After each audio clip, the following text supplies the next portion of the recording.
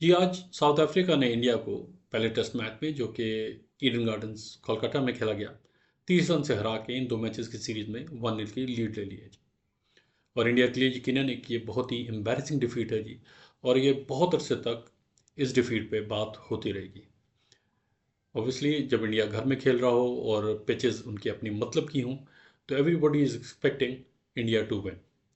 और obviously India खुद भी जो उनसे इस किस्म की पिचेस पे बहुत ही कॉन्फिडेंटली खेलते हैं। और तमाम तर जो एक्सपेक्टेशंस थी, तमाम तर जो चांसेस थे वो थे इंडिया की तरफ कि इंडिया ही ये टेस्ट मैच जीतेगा। लेकिन south Africa obviously had other ideas. और आप कह सकते हैं कि जी इंडिया ने जो ट्रैप सेट किया साउथ अफ्रीका के लिए bye preparing spin friendly wickets, एक वेरिएबल बाउंस वाली पिच थी, जिसमें ना सिर्फ स्पिनर्स को मदद मिल रही थी लेकिन फास्ट बॉलर्स भी जो कि विकेट टू विकेट बॉलिंग कर रहे थे, क्योंकि बॉल जो उनसे है वो कभी ऊपर आ रहा था कभी नीचे जा रहा था। तो फास्ट बॉलर्स को भी मदद मिल रही थी। शर्त ये थी जी कि आप विकेट टू विकेट बॉलिंग करते हो, जैसे जसप्रीत बुमराह ने पहली इनिंग्स में की। बहरहाल जी साउथ अफ्रीका ने इस टेस्ट मैच में टॉस जीता और वेरी राइटली उन्होंने पहले बैटिंग करने का फैसला किया, क्योंकि कोई भी टीम जो सी है इस किस्म की पिचेस पे जो फ्रंट स्पिन को बहुत मदद देने वाली पिचेस हों, उस पर कोई भी टीम नहीं चाहती कि वो चौथे नंबर पे बैटिंग करे। लेकिन जो फ़ायदा, जो एडवांटेज साउथ अफ्रीका को उठाना चाहिए था आफ्टर विनिंग द टॉस, वो साउथ अफ्रीका नहीं उठा सके और 159 ऑल आउट हो गए। उनका कोई भी बैट्समैन जो है वो इवन 50 भी नहीं क्रॉस कर सका। जसप्रीत बुमराह ने, जैसे मैंने कहा, कि बहुत बेहतरीन बॉलिंग की। विद इन द स्टंप्स वो बॉलिंग करते हैं, विकेट्स को अटैक करते हैं। उसका उनको ऑब्वियसली फिर रिवॉर्ड भी मिला।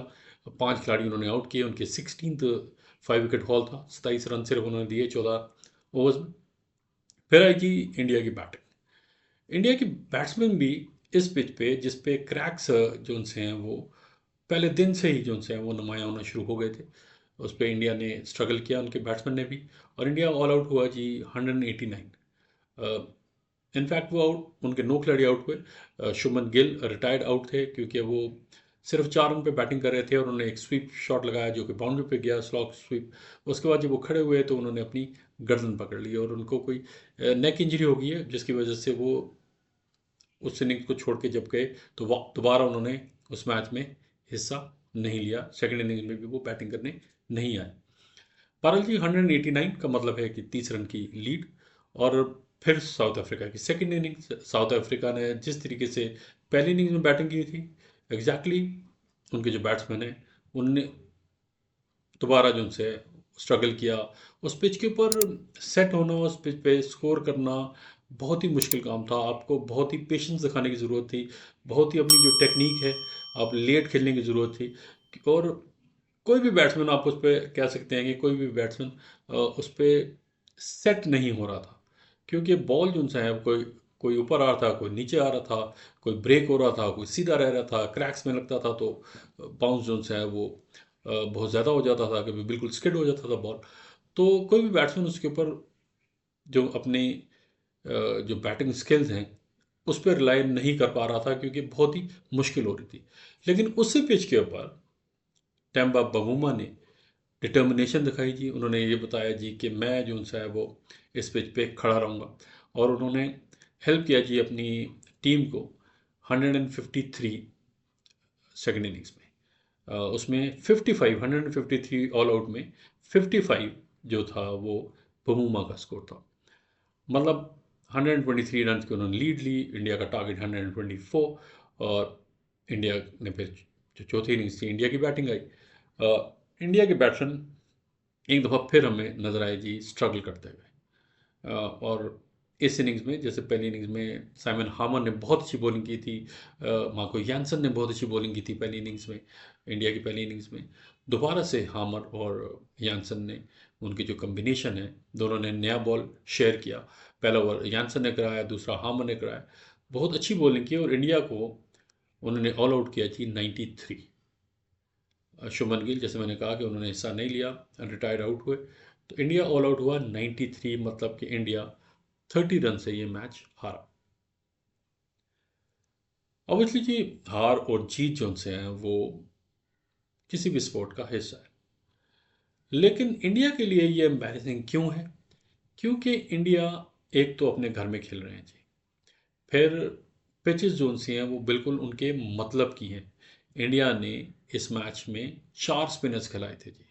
कुलदीप यादव, अक्षर पटेल, जडेजा और वाशिंगटन सुंदर, जिसको उन्होंने 3 नंबर पर बैटिंग कराई। एक स्पेशलिस्ट बैट्समैन को उन्होंने ड्रॉप करके साय सुदर्शन को, जिन्होंने अपना last test match against West Indies खेला था लास्ट मंथ, और उन्होंने अपनी आखिरी इनिंग्स में जो उन्होंने खेली 87 रन स्कोर किए थे। तो इंडिया ने उनको ये रिवॉर्ड दिया जी कि उनको ड्रॉप करके एक्सपेरिमेंट कर लिया जी। एक ऐसा बैट्समैन जो अपना पूरा करियर 16-17 टेस्ट मैचेस जो उन्होंने खेले हैं, 5 या 5 से नीचे उन्होंने बैटिंग की है, उसको इंडिया ने चूज़ किया जी, गंभीर और गिल ने और टीम मैनेजमेंट ने, कि वो नंबर 3 पे खेलेंगे। जो कि आई थिंक एक बहुत ही स्ट्रेंज डिसीजन है। इंडिया के पास एक लंबी लाइनअप है जी बैट्समैन की, जो बाहर बैठे हुए हैं। अभी नायर इस मैच में नहीं है, साय सुदर्शन को उन्होंने बैठा दिया जी। और इस तरीके से दो चार और बैट्समैन हैं, जो ईश्वरन का नाम मैं लेना चाहूँगा जी, बहुत अच्छे बैट्समैन हैं, डोमेस्टिक में बहुत स्कोर करते हैं, लेकिन जिस तरीके से उनको चांस मिलना चाहिए इंडिया ने उनको उस किस्म का चांस अभी तक दिया नहीं है।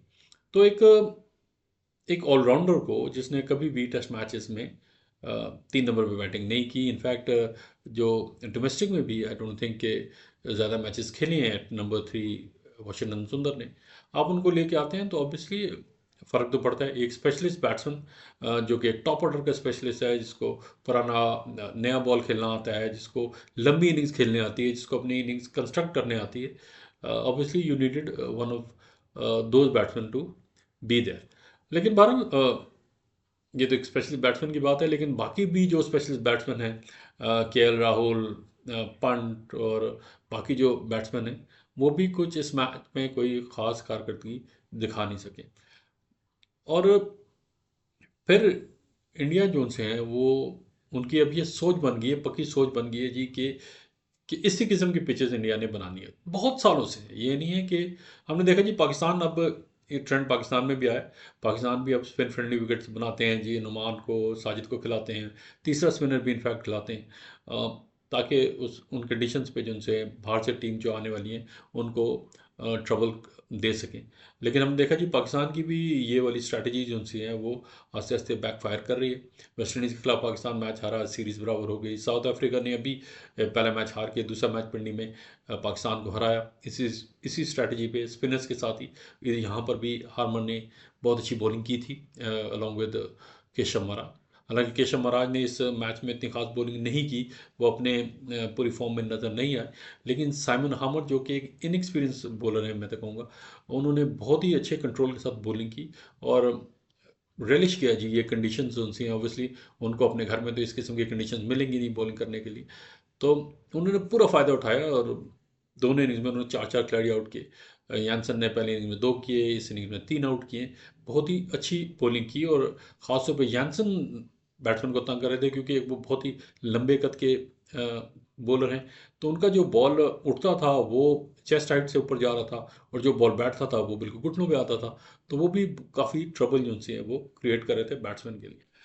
लेकिन इंडिया को अपनी स्ट्रैटेजी को ये स्पिनर्स के साथ जाने की जो स्ट्रैटेजी है इसको रिथिंक करना पड़ेगा, क्योंकि अगर आप इस किस्म के पिचेस बनाते हैं और दूसरी टीम के पास 2 अच्छे स्पिनर्स होते हैं, या उनके जो फास्ट बॉलर हैं उन कंडीशंस के ऊपर जो उनसे है, जैसे मैंने कहा यानसन का बॉल कोई ऊपर कोई नीचे, उस किस्म की कंडीशंस के लिए भी कंडीसिव होते हैं, उस कंडीशन से फ़ायदा उठाने के काबिल होते हैं, तो फिर ऑब्वियसली आपका चांस जहाँ पर होम कंडीशन में होना चाहिए 80-90% टू विन, कि एडवांटेज उनसे आपके पास 80-90% आपके पास, इनफैक्ट 90% आपके पास एडवांटेज होना चाहिए, और एक 10-12% आप कह लेंगे जो विजिटिंग टीम है उसके पास एडवांटेज होना चाहिए। तो लेकिन इस किस्म की अगर आप पिचेस बना रहे हैं और दूसरी टीम के पास वो प्लेयर्स हैं जो एक्सप्लॉइट कर सकते हैं इन कंडीशंस को, फिर तो आप 50-50 पे आ गए। 50-50 का मतलब है कि कोई भी आपका होम एडवांटेज नहीं है। तो आई थिंक इंडिया को रीथिंक करने पड़ेगी अपनी ये स्ट्रैटेजी, क्योंकि इस स्ट्रैटेजी से इंडिया ने पहले भी एम्बेरसमेंट उनको उठानी पड़ी है, जब न्यूजीलैंड के साथ उनकी सीरीज़ थी और इंडिया फुल तैयारी कर रहा था जी वर्ल्ड टेस्ट चैम्पियनशिप के फाइनल की तरफ। इंडिया इनफैक्ट बहुत तेज़ी से बढ़ रहा था, लेकिन वो 3 मैचेस इंडिया हारा इन इंडिया अगेंस्ट न्यूजीलैंड, और उनकी जो उनसी वो कैंपेन थी वर्ल्ड चैम्पियनशिप की जो पिछली साइकिल थी वो तमाम की तमाम डीरेल हो गई। तो तो पहले भी इंडिया इस स्ट्रैटेजी के साथ जो उनसे हैं वो एम्बेरसमेंट उठा चुका है मैचेस हारने की अगेंस्ट फॉरेन टीम्स, और अब एक और मैच साउथ अफ्रीका से हारना, आई थिंक ये बहुत ही एम्बेरसिंग होगा। और टीम मैनेजमेंट को और जो भी थिंक टैंक है इनकी इंडिया की टीम का, उनको बहुत सोच समझ के फैसला लेना पड़ेगा कि जो अगला टेस्ट मैच है उसमें उनको किस किस्म की पिचेस चाहिए और कौन सी टीम चाहिए, कौन सी प्लेइंग 11 चाहिए। Test cricket it's about specialists. आप ये नहीं कर सकते कि ये एक ऑलराउंडर को आप कहेंगे 3 नंबर पे बैटिंग कर ले भाई तू जाके, जो ऐसा होता नहीं है। स्पेशलिस्ट, हर पोजीशन के लिए स्पेशलिस्ट होना चाहिए। और फिर 4 स्पिनर्स खिलाने की तो कोई तो बनती ही नहीं थी इस पिच पे, क्योंकि अगर आप 4 स्पिनर्स खिलाएंगे, जब आप 3 भी स्पिनर्स खिलाते हैं तो एक आपका स्पिनर जो उनसे है वो हमेशा अंडर बोल हो जाता है जी, उसको इतनी बॉलिंग मिलती नहीं है जितनी उसको करवानी चाहिए।